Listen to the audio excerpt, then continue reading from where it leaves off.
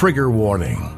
This podcast contains descriptions of various abusive situations. Listener discretion is advised. People kind of get on to victims about, well, why didn't you tell? Well, I just wanted to say that we often do tell and are blown off or not believed. And then we're even more crushed and devastated because we know we're not going to be believed or we'll be blamed. What I did was the wrong thing, and that I shut down and thought, well, no one's going to believe me. I'm not going to tell anybody else. But you need to keep telling until you're heard. You are listening to the Preacher Boys Podcast, a podcast shedding light on decades of mental, physical, and sexual abuse within the independent fundamental Baptist movement. The testimonies shared on this podcast are told from the personal experience and perspective of the survivors. Not all legal outcomes are known or final. Any suspect is presumed innocent until proven guilty in the court of law. Now, here is your host, Eric Skwarczynski. All right, everybody, welcome back to the Preacher Boys Podcast. Amy, thank you so much for joining me on today's show. Thank you for having me. Yeah, I'm really excited to chat with you a little bit. I absolutely love your book. And one of the quotes that stood out to me reading the book was, you said, basically, I believe as children, we come in the world with one question. It's really the only thing we desire to know. Am I valuable? Do I have worth? And like adding stones to a scale, we observe and collect data, each hurt, each trauma, adding a stone to our scale until it finally tips all the way and we have our answer. Anything after that serves as confirmation. And reading that quote really stood out to me because time and time again, talking with people on the show, we hear stories of these stones being added to the scale, telling them that there's no worth, telling them all of these lies about themselves. And your story really stands out to me because from a very early age, those stones were being added, and it's heartbreaking. It's very well described in your book, and I love your transparency in the book, sharing your story. But can you give my audience just a glimpse at kind of early childhood, like the beginning of your journey and some of those early memories? Yeah, I was adopted. I started off feeling that I was a little bit different in my family, different than everybody else. Although I know that there's kids that feel that way that weren't adopted. I was sexually abused at a very young age, the age of 3. And it's almost like I placed a target on my back, and I just, began looking for confirmation of those things that, like the teacher having me sit in a trash can, Yeah. It just seemed like it kept happening over and over. I had a swim coach that took advantage of me. I had a priest that took advantage of me as a child. So yeah, I just came out of childhood with zero self-esteem. Right. Yeah. It's something that's, I did an interview yesterday and was chatting with somebody who, they came from a background in family life that was less than positive, and would put themselves into in this situation, was a hockey player, put himself onto the ice, and that was his sanctuary. It was this kind of sacred place to escape trauma. And what's tragic is in that scenario, his coach took advantage of that, and in your story, you see this happen with the priest, and then ultimately with a therapist, and these sacred spaces that should be the safest. That's what this show is really about. These places that should be the safest became places of abuse and danger. And how did that really affect your worldview and outlook, as these safe spaces, family life, school, church, as those were violated? How did that affect how you looked at the world? Yeah, I realized at some point in adulthood that I don't think I ever felt safe. And I think that manifested for me in ways of trying to find control where there wasn't any.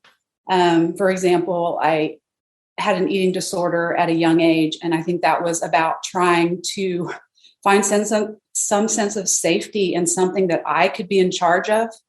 And I could be in control of, and just a lot of other anxious type behaviors that way that I think that's what I was ultimately searching for. Right. Yeah.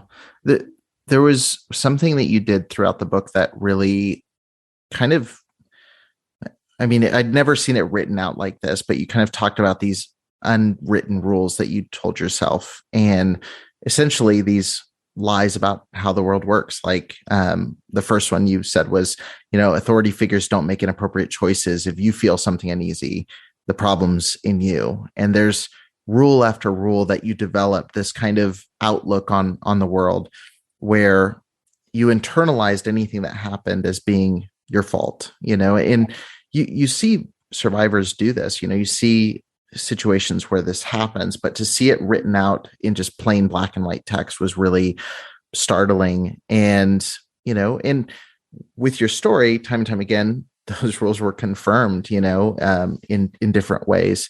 Tell me a little bit, because the crux of your book, and for anybody who's listening, seriously pick up a copy. It's very well written and just a very powerful story.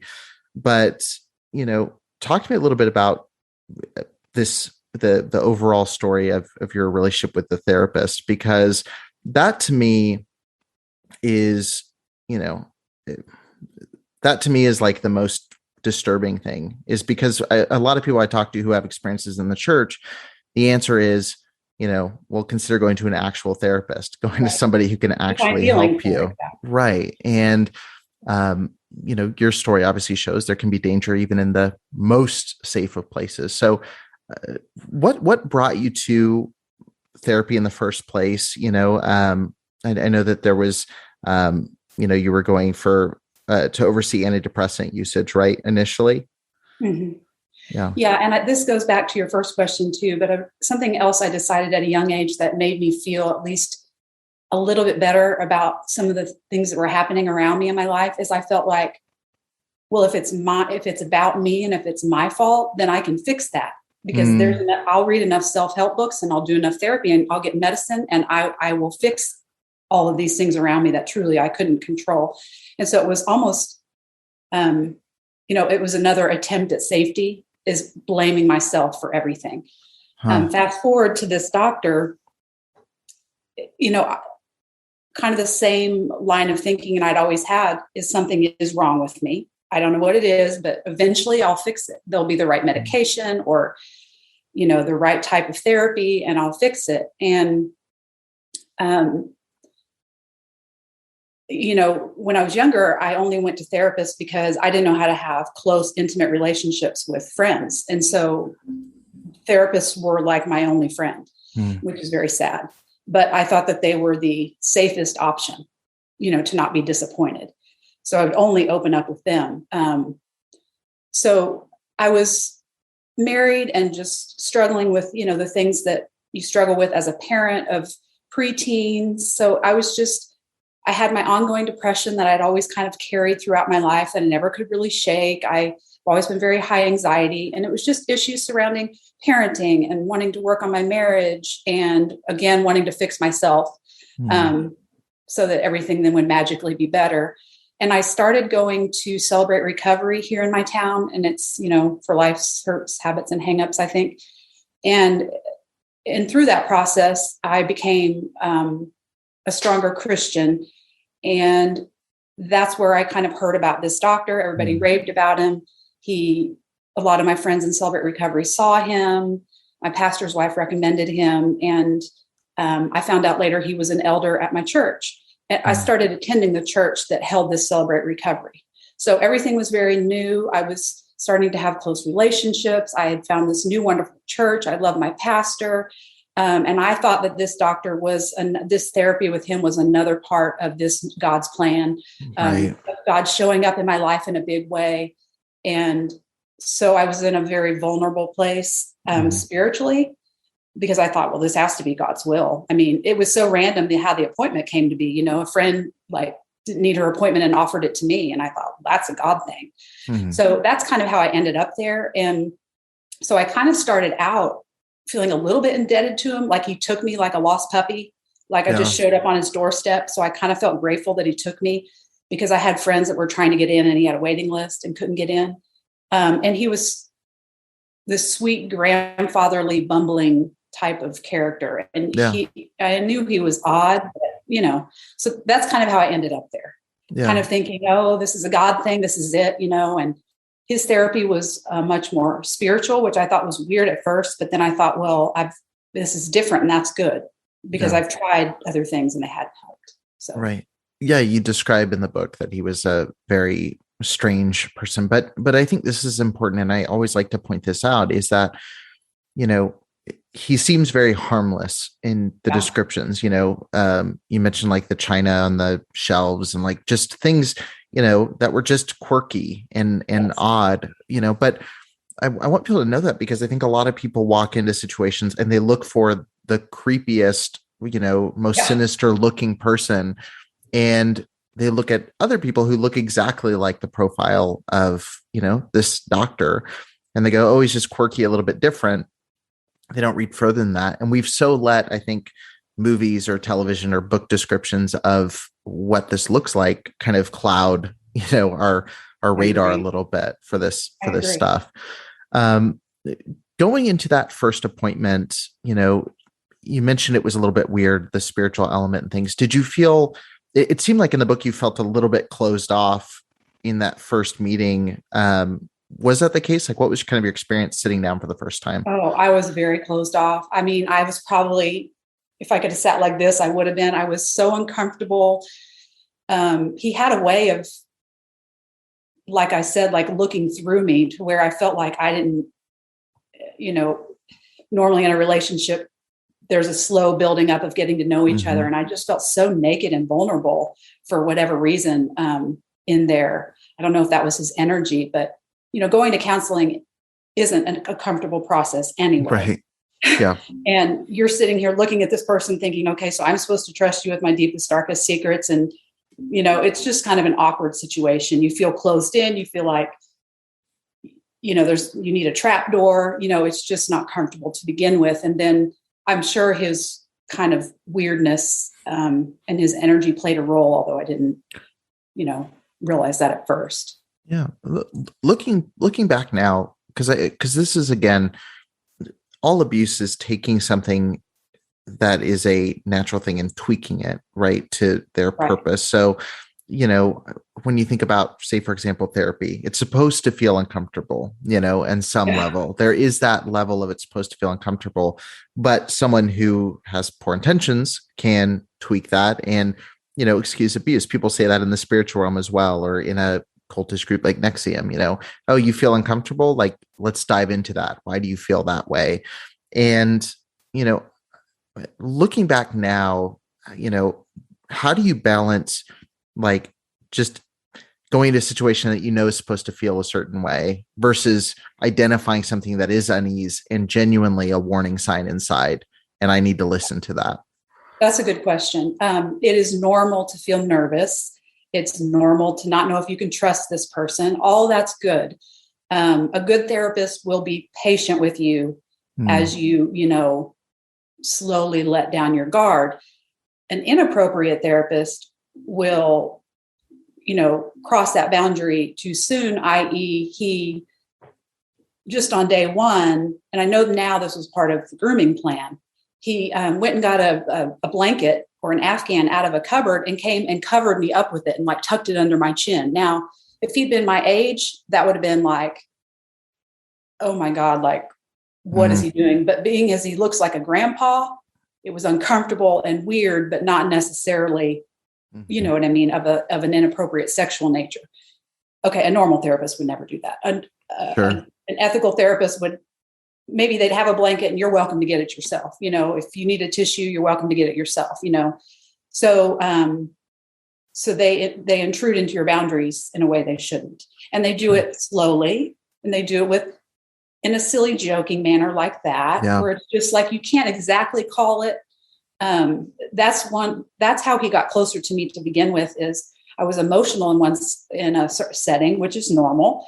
And he came over closer to me and took a Kleenex out of the box and wiped my tears with it. Again, an ethical therapist would never do this. Their goal is to teach you to take care of yourself. It was the same kind of thing. I panicked, but yet it was sweet and it was kind of okay. Like, you know what I mean? Yeah. he was trying, you think, well, he's just trying to be extra sweet. He's trying to make up for childhood. He's trying to play a father-grandfather role. But those are all things that an ethical therapist would not do. Right. They don't ever come into your space, without invitation, for sure. Right. Well, and you mentioned the book, especially knowing your trauma background, some of the things he did, which obviously now understanding why he did it, but, no ethical therapist would have made any physical contact, without any consent or anything like that. Right. And, you mentioned the grooming, and that's something that sincerely, I think your book is one of the best layouts of what the grooming process looks like. And I was worried going into it because a lot of books don't spend much time on that. And your book, I would say 75% is that grooming process. And you get to see this long form relationship play out. When we talk about grooming, what I noticed chapter to chapter is that you went from that closed off to ultimately seeking his approval. And you talk about the first time you put one of the things you made in the office during one of the sessions onto his shelf. And you mentioned yes, I made it to the shelf. That was a big achievement. How did your mindset shift from feeling closed off to getting to a point where you were trying to seek this approval of this, this father figure, this, this essentially therapist, doctor, whatever you want to refer to them as? How did that shift happen, and how long did that shift take to happen? I started seeing him in April, and I didn't I guess so the reader knows, I didn't really notice a big red flag until December. It wasn't until I got out that I realized it had started. But what you're asking is kind of something I battled with throughout the whole thing. It's like I always had an adult part of me that was kind of, or it was a critical voice, but kind of standing back, like, what is this guy up to? And then I had this, naive, longing part of me that I think we all have. And I think abusers will tap into, whatever voids we have, whatever weaknesses we have. And a therapist, you're sitting duck because you're sharing all of those things, right? They see where your hurts are. They see what you need. And so it was like, I had that side battling against this part of me that was just like, this is so great. Like, he sees me. He thinks I'm amazing. I feel special. I feel like I belong. I'm connected. He understands me more than anybody else. They're giving you all these things falsely, obviously. Mm-hmm. And it's like a drug. Like you just, they give it to you in just a little dose, and then kind of sit back and you don't, it made me feel like I was such a loser, because it was just like, why do you need his approval? And why do you care if you're special to him? But then part of me, it was like, that was everything, it was like, I don't know. It's just like that void inside of me. Does that make sense? I don't know if I'm answering that well, but so it was always a battle, and it was kind of like a step process. So I guess you could say eventually that need in me won out, over logic and caution. It just felt so good. And, I felt alone in my life, and I felt very invisible in my life, and I always have. And so and I felt he was just this safe, grandfatherly person that God was giving me just to help me see that I had worth. Right. So, yeah. Yeah. No, I love that device in the book and the way that it's written, where you have your quotes between the two of you, and then you have your inner monologue coming in, and, you'll say something, and then your inner monologue says, why did you say that? You sound desperate, or you sound angry, or you sound like this, basically quelling any of that feeling of discomfort, saying, don't ruin this. This is a good thing, essentially. Or this is how it's supposed to feel. It's supposed to be uncomfortable. It is interesting, like going through and how long it was before there was a red flag to show up. And that's very common. Typically it is retrospect. We see the red flags, right? But what point in the therapy process did him mentioning the idea of multiple personalities come into play? Because that's a spot where I can't imagine that was a session 1 conversation. Or was it? Well, I saw him 7 years prior when I was new to my small town. And he brought up the multiple personalities probably in session 2. Wow. And I said, how do you know? And he said, I can see them in your eyes. And I was like, this guy's weird. And he brought up the evil spirits right away too. Yeah. And that one plagued me a little more because I grew up hearing a lot about that. My mom talked about evil spirits and blamed a lot of things on evil spirits. So I was more willing to accept that one. But the multiple personalities, I was like, you're crazy. And I left and I never went back. And I never would have ended up back in his office, had I not sadly been in this excited, naive, new Christian type state. And he was an elder and everybody loved him. And I thought this was God's plan. And my life was turning from black and white to color. And this had to be a part of it. So to go back to your question, I kind of knew that was looming out there and I kind of dreaded it. But part of me was so desperate. I was like, Amy, that critical voice was like, do you have any other options? Like, you've always been depressed. You're never going to not be depressed. Like, should you really be critical of what a psychiatrist is suggesting? Right. So I just sort of thought, all right. And so when it came up, there was sort of this awkwardness between us. I think he always knew that part of me always knew he was full of crap, but yet part of me wasn't sure. Part of me thought maybe he held all the answers and part of me thought he's crazy and kind of went back and forth that way. So I just decided to take it with a grain of salt. And I'm a psychology major and I know that I don't morph into different personalities. However, I've had a lot of trauma and he put it on kind of a spiritual plane to where you could have it too and not know it because I didn't know it. And I didn't know a lot about the spiritual world. It was a little bit easily manipulated in that regard. And I really just thought, I have no plan B. Let's just see what this is about. And so it was very awkward at first. It was a big pill for me to swallow, but then the therapy just proceeded like I think the first session after that was like, for him, it was searching for these missing parts. For me, it was thinking of an age where I had a lot of trauma. So I came up with an age I've talked about in therapy, which was 13. And just, what did you look like at that age? Just describing the trauma at that age. It was sort of normal in the way that the therapy proceeded. Does that make sense? Yeah.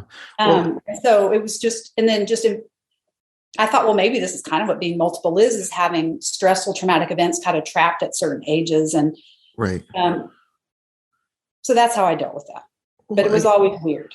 Yeah. And when you're in that desperate place though, you're going to yourself, what I'm doing is obviously not working and how I'm processing is obviously not working. So, why not try this, what feels almost more new age than anything kind of. I disregarded the label and just sort of went along with the therapy. And the therapy kind of seemed typical once we started. Now with the spiritual component, like that was different but as a Christian, it wasn't weird. Inviting Jesus into that broken place at that age, it was kind of typical. But when he wanted to name the first part, I was like, oh my gosh, are you kidding? Like, I was so uncomfortable.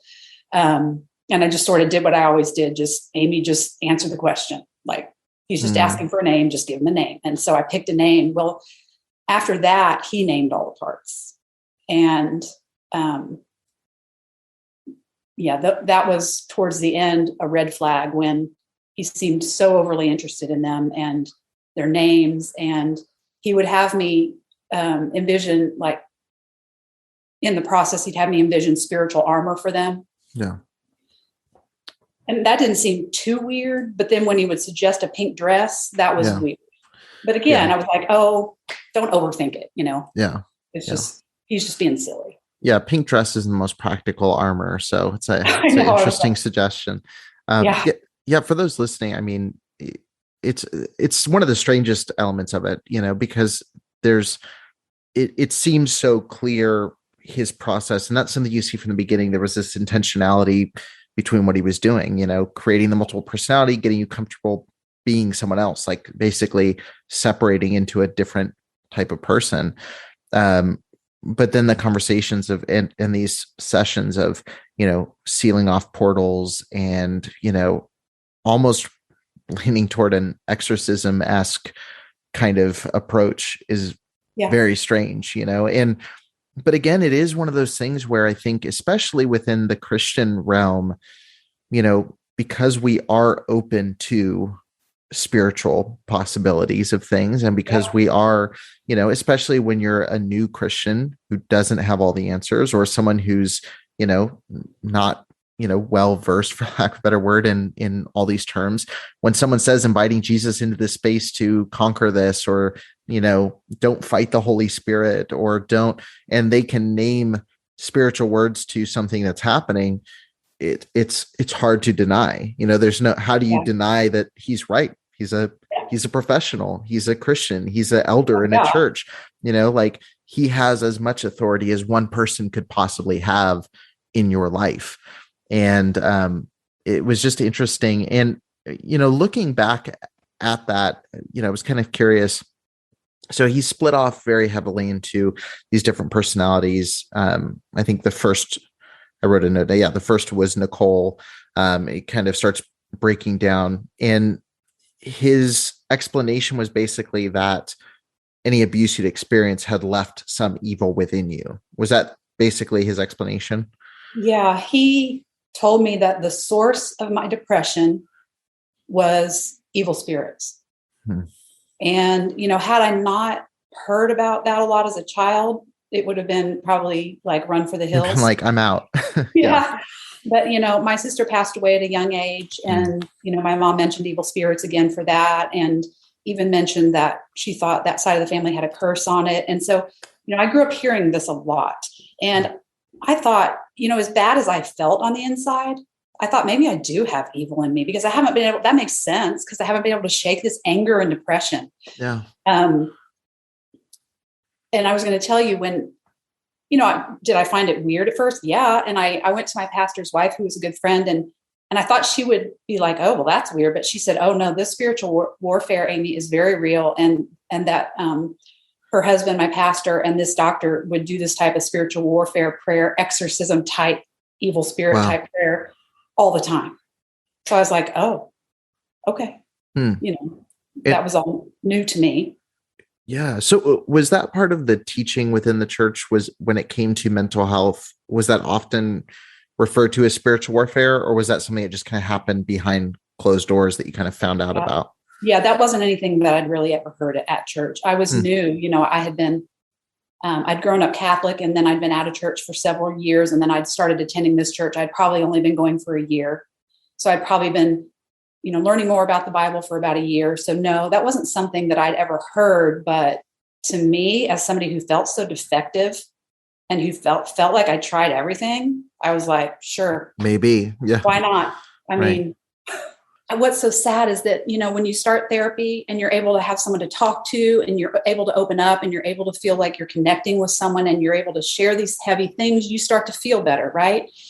And so I was just singing his praises, and I was thinking that what we were doing must be helping, because I was feeling better. It was effective in that sense. What really was happening was he was making me feel special and heard. And of course that feels good. Right.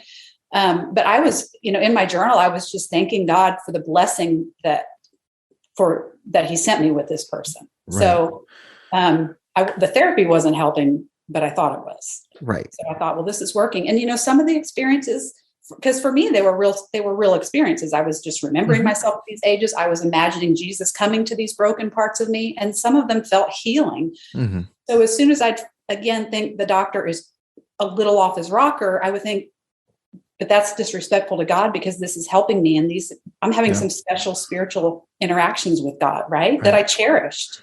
Yeah. So that's why it was so hard to see.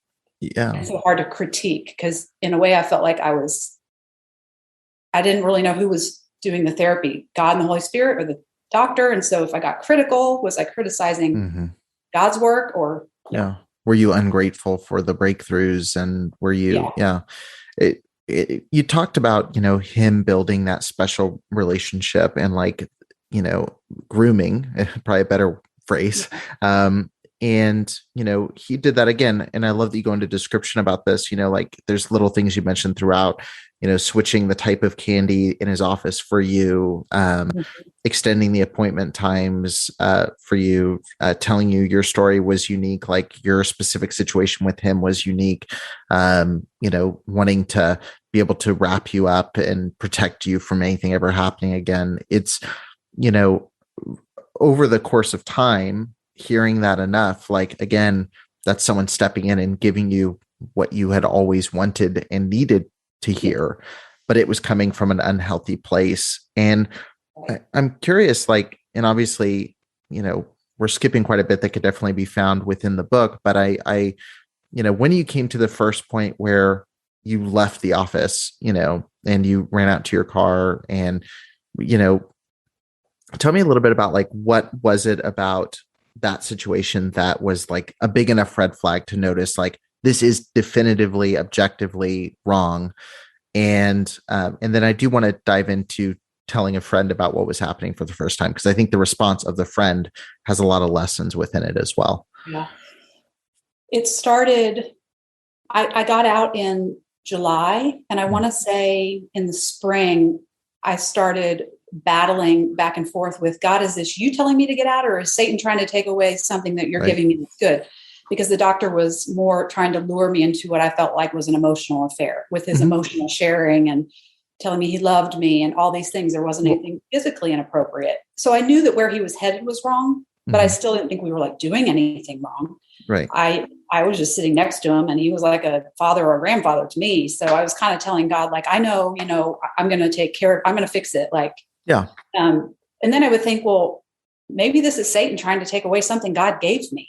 Like, and of course I brought that to the doctor's attention, and he said, yeah, Satan's trying to do the same thing to me, make him think that this is, whatever. But so I was already kind of in that place and kind of struggling with it. And I was struggling. I'm very conscientious. If I think I'm disappointing God, I'm just devastated. So to be doing the wrong thing there was really hard for me. And I was praying that prayer, God, is this wrong? Or like, is this a gift? I don't know. I know parts of what he's suggesting is wrong, but, and I was at a function, and a friend said, it doesn't matter if what you're doing is wrong, right or wrong, moral or immoral. If it's messing with you or your relationship with God in any way, it's wrong. And I was like, oh, that's my answer, because I had started seeing the word adultery in the Bible. And I was like, okay, no more reading the Old Testament. And then I started seeing it in the New Testament. I was like, no more reading the Bible, because I got to figure this out. And God, I'm not sure if this is bad. Like, and so it was amping up like that. And then I'm trying to think, a huge red flag was when he said, if we ever try to do the really intimate stuff, which we had already discussed, that just having a close connection and, just sitting close, that was intimate and great. And he said, if we ever try to do the really intimate stuff, then we'll need to make sure that your younger parts are in the back.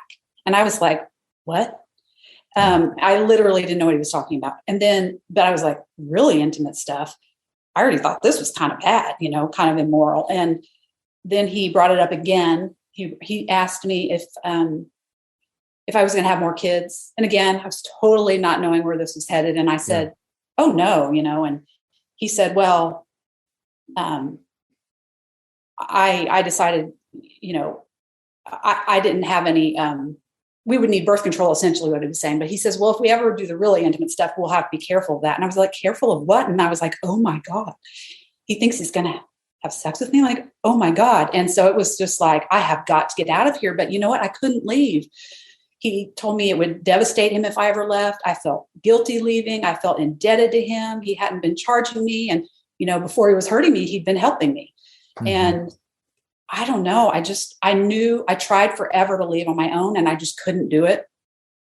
So I knew I was going to have to tell somebody. And so I'm sorry that I haven't really answered that question. It's bleeding into another question, but I did tell my closest friend, who was the pastor's wife. And she didn't believe me. And I didn't want to tell anybody else. I certainly didn't think I could tell my husband because he wouldn't understand. He would think I was cheating, and I wasn't cheating. And so then I was kind of on my own again. And so then trying to think, this was the final flag before I ran out the door.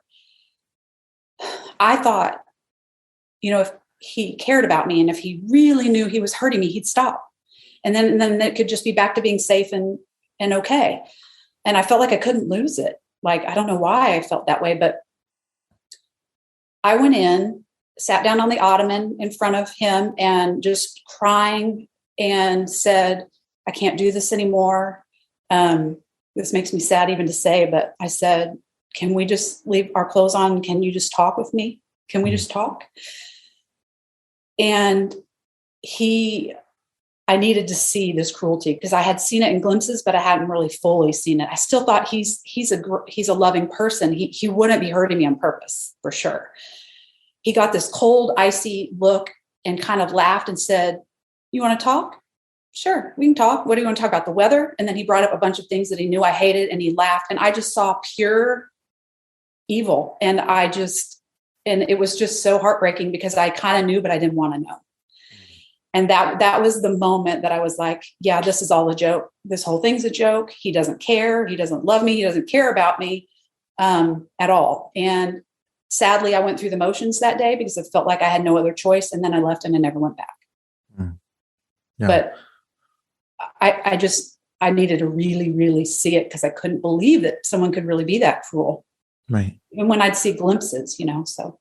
Yeah. Yeah. No, I know when you reached out to your best friend at the time, the first thing that was mentioned was, not to say anything about it because it would hurt his wife, who was a great person. And thinking, well, why is she being brought into this? What does that have to do with what I'm talking about? She's a salt to the earth lady. Is what right. Yeah. When I read that like 4 times, I kept reading back and I was like, salt to the what? And then I kept going back and then, I was like, okay, I get what's being said here. And it's just, that unfortunately so often, it's like, it's alluding to the fact it's a mutual, relationship, which it was not, but also too, like that silence because it's going to cause some kind of discomfort or issue, is so common, especially within church settings, and, I kind of want to talk about this all crashing down because now, there is a plethora of articles and videos about this man and about this story. How did that come to a head? Because obviously, at this point you're thinking you're the only one that this has happened to, you're leaving it behind. How did this all kind of come to a head and kind of crash down on him? At first, I just wanted out, and I went to my pastor's wife. Didn't really want to hear me, so then I went to my pastor, and he believed me. And my only goal was just help me get out. Just sit with me during one 3-hour-long appointment, so I don't cave, and so he doesn't weasel his way back. And then, my pastor was like, he can't be an elder. And even then, I was like, no, I'll leave the church. I just get me out of here. I don't care. He helps other people. Just leave him be. And then, it took me a while to process my emotions I still felt guilty turning him in, part of me, even though I knew he had hurt me, but it was almost like, well, he just hurt me. It's just me. He doesn't hurt other regular people. There was no inkling that there would be anybody else at that point. Oh yeah, no. Yeah. In fact, I think it was my pastor who said, where there's smoke, there's always fire. And I was like, so you think it's not just me? And he said, I know it's not just you. And I was like, oh, okay, wow. I just thought it was some bizarre thing with me. Did the pastor seem surprised? Sorry to interrupt you, but I just was curious. Did he seem surprised, or was he very just because it sounds like he's being very matter of fact? Like, was he shocked by this? I think he must have a really good poker face because he seemed very unaffected. And I had to ask him later. And I think he did a lot of processing, but in that moment, I don't know if it was shock or what, he just sort of went into action mode, I kind of wondered, did he doubt me first but I think he did a lot of that after we had our conversation. I think he started, did his processing. But as far as I was concerned, he was pretty much like I portrayed it, just sort of like he believed me right away. And I was really grateful for that. Yeah. And he confronted him within a week. And I was out of town. I don't know if you read that far, but I had a pre-planned trip to Canada. A vacation. Yeah. And so that was very good. And then I just needed a few weeks. I felt like I had been in a wave pool. I couldn't think straight for so long when I was in this, and I needed to just get out and clear my head to be able to really think. And I had to write everything out for my pastor. And in doing that, I kind of started connecting more dots. And I thought, oh, maybe the grooming started. Well, first, the idea that I was groomed was a shock. Yeah. I think it was that first week out when I was in Canada that I was like, was he grooming me? I think he might've been grooming me. So it just took me a while. That friend that I was with is the one that turned him into the medical board. Okay. Eventually I was ready to report. But I pulled up the site and it had this little box and it said, describe in 1,000 words or less your experience. And I was like, I don't even know what to say. And so that overwhelmed me and I shut it off. Luckily, the medical board called me, right around that time when I was ready to report myself. So, I went through that process, and then, eventually it felt like justice, but not really. And it just started to eat at me more and more. And I thought, I have to do more. This just isn't right. He pretended to retire, move away. And so then I decided that I looked into filing criminal charges, but I learned that therapist abuse is only illegal in 50% of our states. Yeah. And sadly, I'm not in one of them. And so a very wise attorney in this field of therapist abuse said, therapist/clergy abuse said, they'll destroy you and your family and he'll probably walk. So, whatever you do, don't pursue that route. So I did a civil suit. Yeah. So I hope I answered your question. I don't know if I. Yeah, I definitely. And that was one of the things that was jarring reading through some of the articles and watching the news reports, is that in Oklahoma, a therapist having sex with a patient was not illegal. It was for doctors and teachers, but not for therapists, which is, again, it was one of those things where you're just like, how have we come so far in understanding sexual abuse with the Me Too movement, with so many of these cases coming to the forefront, but yet we're so far behind in understanding, how much access a therapist of all people, I would say, especially in this case where there's the religious side and the therapy side, like it's worse than pastoral abuse in how much access and leverage they have. Just how vulnerable you are sitting there. You're supposed to let your guard down. That's how therapy works. Right. If you're not trusting, it's not going to work. And there was a senator here that tried to pass, I think, just a misdemeanor in our state, and it was a small fine, like $500 or something, which angered me, as if, a doctor, as if it's like $10 for him. Yeah. It felt like, and just putting a price at all on it is how do you numerically value? And it just sounded so pitiful, and and it didn't pass. And he eventually stepped down as senator and told me he was sorry, but nobody else was interested. And I still intend to work on that type of legislation here, because it's just not okay. Yeah. I mean, you don't have any protection when you're in an office like that. There's not even a nurse that sometimes comes in at the doctor's office. So, yeah. What do you think, kind of pivoting toward now, because I know you said you want to focus in on legislation moving forward. What do you think, speaking to Oklahoma specifically, why do you think there's such resistance against implementing laws like this? I was told by my attorney, who I had two attorneys, but the one here locally told me that I was in such a conservative county that he won't even try an abuse case against a doctor here. He said the doctors are so tight knit and they will not vote against one of their own. I don't really know how to answer that as far as like state to state. I just know that was news to me. And, a lot of times it's a good old boys club. And, I felt really grateful and blessed that the medical board doctors handled my case the way they did, because they're doctors and I just felt like they wouldn't be that hard on their own, but they were. Right. So yeah, I don't know. Yeah. I don't know all the things that play into that. Right. Yeah, it's always shocking, and it is. I mean, especially when you get into religious exemptions within certain states, there's so much protection for abusers and so little protection for abused. I do want to ask just two more questions here. For someone who may be listening to this and is resonates with this story, because again, stories are different, but they repeat, and different forms of abuse happen over and over again across the country, around the world. If someone is resonating or relating to this story and they did want to go through the process of reporting, obviously law enforcement should be the first call, but also you mentioned like the therapist exploitation link line. Are there any other resources or steps you would advise someone who's been going through this same process to take when it comes to reporting a therapist or any form of doctor, really? TEL, Therapy Exploitation Link Line, was excellent. They focus on therapist and clergy abuse, and they will reach out to you. If you email them, they will email you back, and they are all adults, professional adults who have experienced adult abuse as well.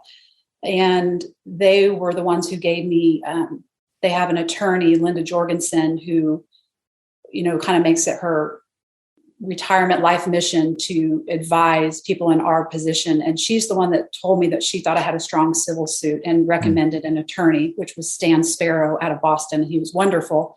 And you can use attorney in a different state. They will just have to hire someone to work with you, just so people know that.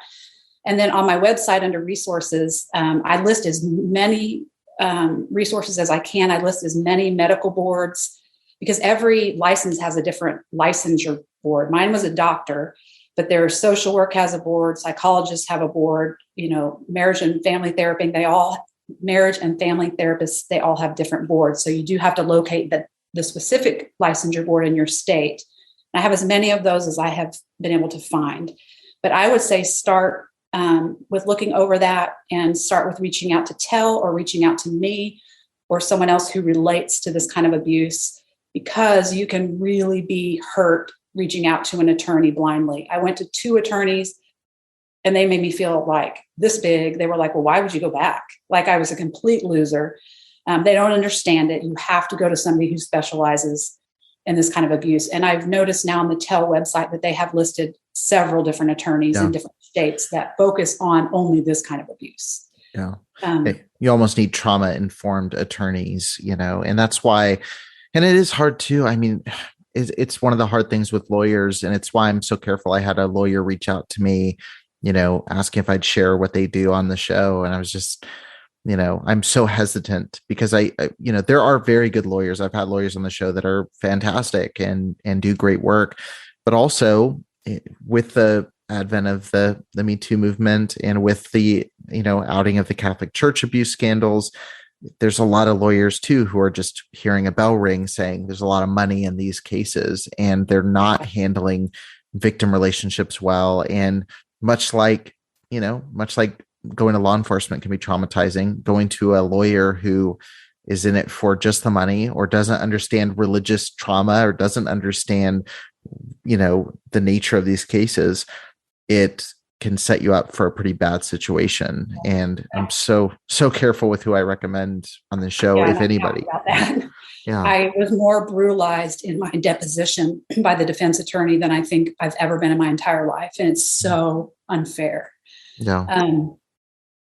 We did win that case, but it was almost not worth it. It was so hard. And I was going to say, there is a Facebook group that I'm a co-admin of called Clients Harmed by Therapy. And that's just one of another source of support for victims. And I suggest finding something like that, or reaching out to somebody who understands, because the civil suit, like mine, took 3 years. It can be a really brutal process. Right. Even the licensure process for some people can be really difficult. Right. And it's very hard to find adult victims. Most of them don't speak up. And, I know I sure didn't want to. And I think you need some support going through it. Well, I wanted to ask as well, just kind of closing out here, we talk about obviously the church's response, and, the pastor's response to you was a positive one, believed you, which is more than most people I've talked to get, but when it came to his decision to not go to law enforcement, that came up in one of the news reports. He did help reporting to the medical board, I believe. At least it sounded like that. Okay. So, when you look at that specific situation and the lack of reporting to the police, lack of reporting even to the board, then it sounds like, what do you think that decision was rooted in? Do you think that he didn't see any kind of legal crime committed? Was it more he saw it as a moral issue, or was it something where it was a defensive posture toward the ministry itself? What do you think led to that decision? Oh, I think it's definitely a defensive posture for the ministry. I think his answer was something along the lines of, well, we're just trying to do what's best for the victims and something like that. And it was so painful to listen to that because it was so scripted. And so I just imagined a cardboard pastor sitting there, and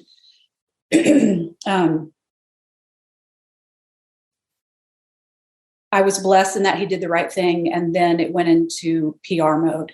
Mm-hmm. And I felt absolutely devastated. And like I was telling you earlier, I eventually told him, if you can't talk to me like I'm one of your daughters, you cannot talk to me about this again, because it is way too painful for you to talk about my abuser and myself as sinners that you're trying to help, and people that have issues that you're trying to help, as if we're one and the same. And, my abuser left my church, but then I got to sit with the gossip mill, where I still to this day don't know, and I'm in a small town. I still to this day don't know who knows what version, who knows the doctor and his wife's version, or who knows the truth, because, the pastor and the elders don't tell the church what happened. So, I still feel uncomfortable, like in the grocery store, I just feel like I have this scarlet letter, like that's that girl with the doctor thing, with the elder that made him, and it's awful. And I feel like, and I'm not a pastor, and I just feel like it's fair that if a victim is attending a church, I feel like it is fair that the church gets to know the truth about the story. They can still side with the abuser, or they can still gossip, but I feel like they should at least have a right to know the facts, especially, when it's been documented in, the medical board report, or, just something, so that they're like, oh, I had no idea. Because the other victim that came forward because someone came up to her after church one Sunday and said, hey, did you hear that girl that reported the doctor has done that to tons of doctors? And God bless her, something in her snapped, and she said, well, I don't know that girl, being me, but I'm here to tell you that he took advantage of me too. So you can go back to your source and tell him to stop telling lies. And that person was just like dumbfounded. And, so she stuck up for me in that situation. But the church is huge. And and then I don't know. And then I think, well, do pastors talk? Like I don't feel there's anywhere I can go in this town where. And pastors do, where I'm not stared at, because I don't know what version's going out there. Right. Well, and it's so when the facts aren't out there, no one can make an informed decision. It's bad enough when the truth does come out and people do side with the abuser, but there's congregations who their information source is the pulpit. So if they don't hear it from there, then anything else is just free game. If they can, it's a really scary situation to be in. And how media is. The media, yes, it was good that the media picked it up in a way, but then it's also damaging to the victims, because they mixed several of our stories together. Yeah. And so people reading it that know me don't know which parts are me and which parts aren't. And it was all dramatized, and it's just awful. It's going into the grittiest of details. Oh, yeah. Because they need the clicks. And just putting out little feelers that allows you to imagine the worst. So there's no truth in that either. Yeah. I think that's the hardest part, and is so unfair. And I reached out to my pastor like several years later because I don't have anyone I can talk to about this. Mm-hmm. And there's very few people that know everything that happened from beginning to end. And it's not something you can share over coffee. Right. And he told me, you need to talk to the pastor at your new church, as if I'm going to walk in there and launch. How am I going to launch into this story? And so I felt very abandoned, and I get it. He's busy, but it's just hard. Yeah. It's hard. I feel really rejected by the church, really. Well, it's one of those things where, at what point are you too busy for this? There's this level of, this is what your job is to minister to people who are going through traumatic situations, to be a spiritual guide. I think you're fair. I think that's one thing, even talking beforehand, I think you're fair in understanding that, yes, you can't be the sole focus of the attention of, the pastor, and you credit the good things that were done, but also there's many ways in which this was mishandled, and I think I don't sense to steal a Christian buzzword, I don't sense a bitterness in that. I think there's just a fairness. And I think it is where media does fail. And I say that as someone who's loosely, I guess, media, I've got a microphone in front of me, but I think where media fails when they're writing articles or short form content is that you do miss so much of the story, and it does leave too much into interpretation. It's what I like about having these hour-long conversations is you have a lot of time to say, here's what happened, here's why I did this, because in a vacuum, a decision you made may seem off or it may seem weird. But when you read through the book and you're in chapter 6, you're going, I understand every step along the way why this is happening. We're in a podcast listening to somebody for an hour. I understand how it got to this point and how do we fix this?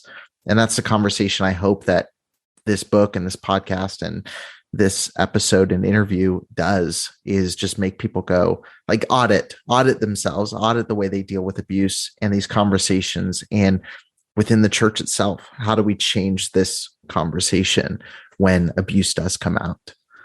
Yeah. And that's makes me feel so good that when you were reading it, you got it, because what I wanted to show is it's so easy to judge a victim, and it's especially easy to judge an adult victim. Yeah. I mean, nobody else would fall into that. Right. And I didn't even think I could fall into it. So I needed to see for myself on the page, how on earth did this happen? And that's why it is so detailed and so play by play, because they need to know how methodical it is and how sneaky it is and how slow it is when it needs to be slow, and just how they weasel their way in there. And they are experts at what they do. Yeah. And I was very healing. I had an attorney tell me that if other patients of his weren't victims, it's because he didn't target them. That made me feel so good. Yeah. I know I have vulnerabilities and I know I have a history of abuse, but they are also skilled at what they do. Exactly. Yeah. And they're taking advantage of professional, intelligent people. Well, exactly. I mean, you're not, and I hope, again, for anybody's listening who is holding this within, it's not that the person who's been victimized is dumb or weak. It's that the person who's manipulating is extremely skilled, and that is their goal. And again, it's like playing a game with someone who's playing by a different set of rules. Like, you're going in not in the defensive mode that you should be in going into a situation like that. And they're going in an offensive mode. So by the time you can start playing defense, the game's almost over. Like you're already in this deep in this. And that's where I mean it. Like, I'm not blowing smoke because I'm hitting record and I'm talking to you about your book. Like, it is like a long form description of grooming that I just haven't. I've read so many books on abuse in the last 2 years, especially. And I think it's a great primer on what that looks like at scale. And I can't say enough, like, how thankful I am that you did. And I'm sure it would have been easy to skip over this and get to positivity and healing and all of the things that are easier to talk about. But I think it's phenomenal that a good chunk of the book is that slow, methodical process of what that looks like. And I just think for anyone who doesn't understand the grooming process, or they hear that word and don't know what that really means, or they just have a textbook definition. I think it's a great practical, like, here it is. This is exactly what it is. And when you said that earlier, one of the things that I beat myself up about afterwards was, again, how did I not catch on to him sooner? And how was I not more prepared? But here's the thing I realized, and somebody told me this, we don't think like sociopaths. And that's a good thing. Yeah. And so whenever he would do something that was just purely evil, my brain, I could only interpret it through my own lens and my own experience. And my lens would say someone wouldn't do something that cruel. So that can't be, you're just misunderstanding it. And even though I hated myself for a while, I started to realize, you know what? I love that. I love that I'm empathetic and sensitive. And I love that I would always give somebody the benefit of the doubt. That's a good thing. Right. We're not going to be a match for a sociopath, but that's okay, because I don't want to be able to think like that.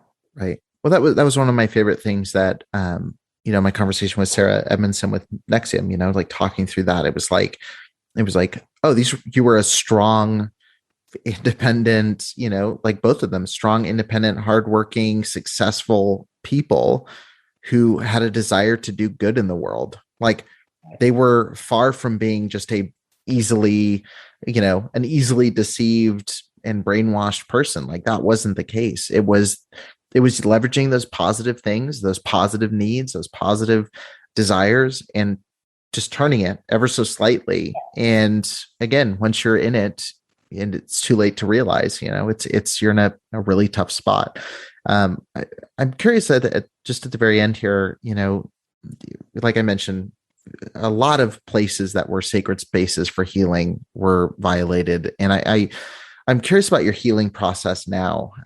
What does healing look like for you now? Because I have to imagine there's trepidation going into a therapy context again, or even a church context again. What does healing look like for you now? What has that process been for you? And maybe what advice would you give to someone who's in a similar situation? Yeah, some of the things I did, contacting TEL helped, and initially just having other people tell me I'm not the only one on the planet.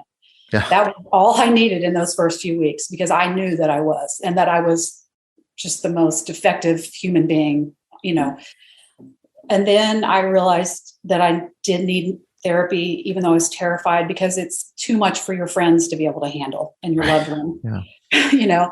So I eventually found a therapist, and I did a year of EMDR therapy. And that is used with trauma, such as military and PTSD, things like that. And I do think that really helped me. That relationship unfortunately didn't end so well, but I won't go into that. She wasn't abusive, but she just kind of flipped out when she got a request for my medical records and just started screaming at me. And so then I was like, okay, now I'm officially done with therapy. But years later, it was kind of like this abuse and this trauma, it kind of had a delayed effect on my family. And it was like, I don't know how many years later, just everything fell apart.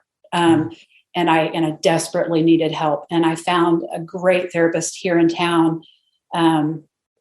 And he was Christian, and even went to my old church. And I said, we're going to have a talk about this ahead of time. Right. And we did. Let's lay that out right now. I was like, I got to get a few things straight with you. And we did. And he was great. And he helped me really just on damage control of my life and my children and my marriage and everything falling apart.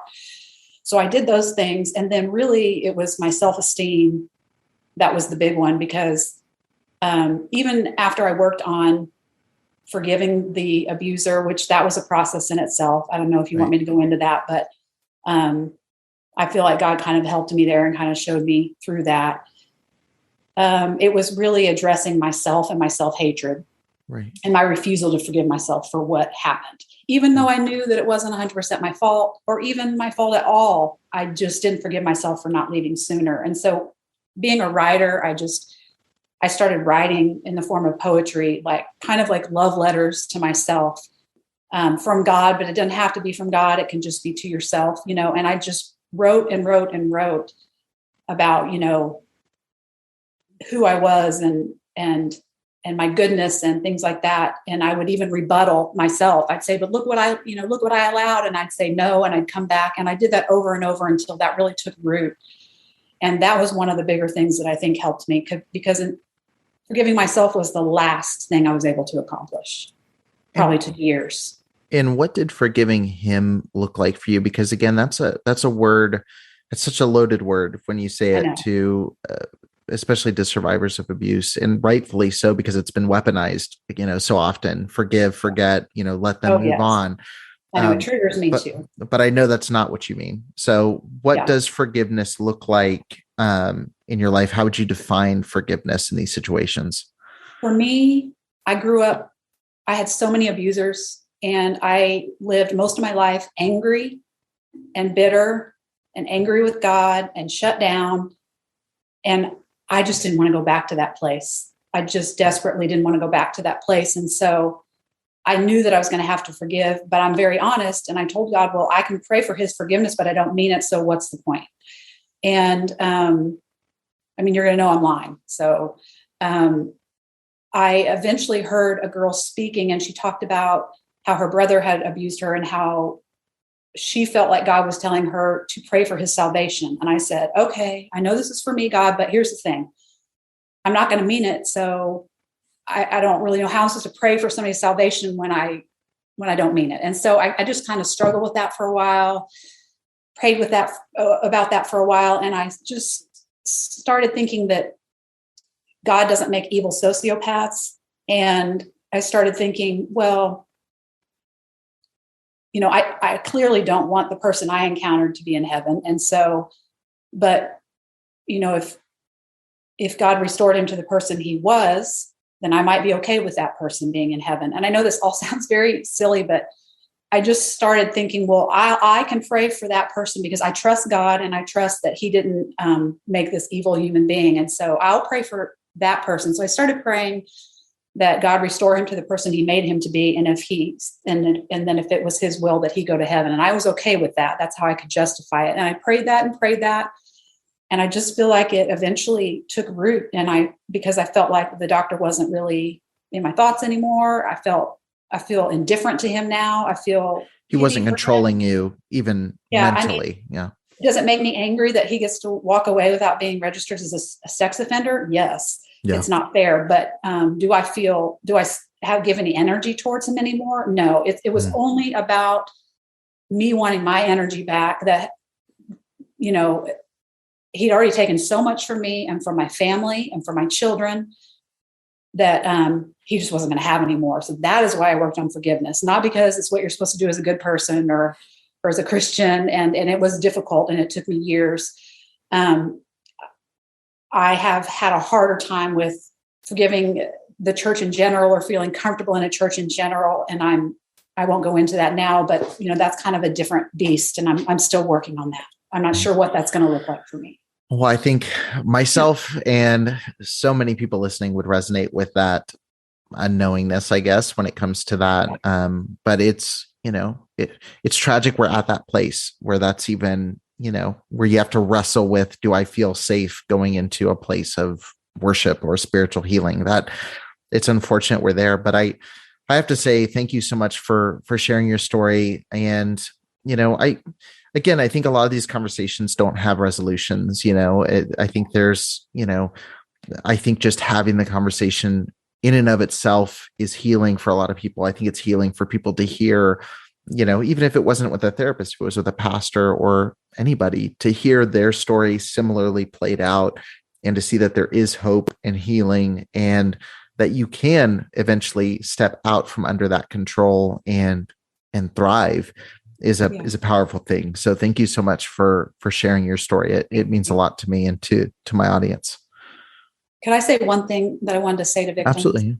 This is kind of important to me because people kind of get on to victims about, well, why didn't you tell? Well, I just wanted to say that we often do tell and are blown off or not believed. And then we're even more crushed and devastated because we know we're not going to be believed or we'll be blamed. And so the first person I went to, even when I told her about a sexual assault in a detailed manner that happened before, few months before I left, she said, well, maybe he was just trying to teach you to stick up for yourself, abusing me so that I could then respond. And so what I did was the wrong thing, and that I shut down and thought, well, no one's going to believe me. I'm not going to tell anybody else. But you need to keep telling until you're heard, because, you know, you might go to somebody who either has abuse in their own history, or it's going to really, you know, I was going to the pastor's wife who, this was a church elder. That's not really a person who's in a place of really wanting to deal with something like that. In fact, it was really painful when it was all said and done. I asked her why she didn't go to her husband and just say, you're not going to believe what Amy said today.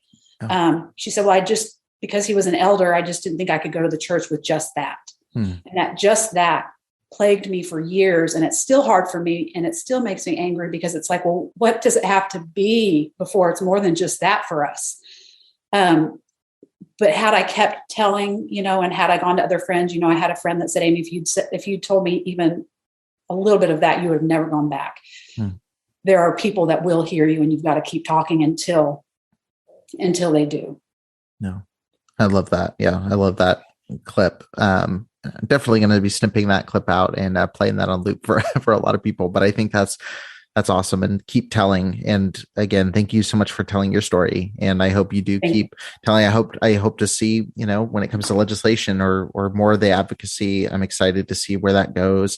And it's an uphill battle, especially in states like Oklahoma, where there is so much protection. It's a smaller, tight-knit area. But you know, if you keep telling it, there's no telling what could happen. You know, there's a lot of opportunity there. Right. My voice is not going to go away. So. Right. Well, awesome. Well, if you're listening, be sure to grab a copy of Preyed Upon. It's an absolutely amazing book. And if you're sitting there and you've heard us talk about grooming on the show, but you feel like you haven't been able to see a clear example of what that looks like, it's definitely well worth it. And for anybody who's been in a similar situation, I think it'll be encouraging to see you know, a similar story played out in a really, really well-written way. And Amy, thank you so much for joining me on the show. I really do appreciate it. Thank you. Thank you for listening to the Preacher Boys podcast. If you appreciated the content on the show, please leave a review on iTunes. And don't forget to connect with us on Facebook, Instagram, or Twitter with the handle @PreacherBoysDoc. Additional information can always be found on preacherboysdoc.com.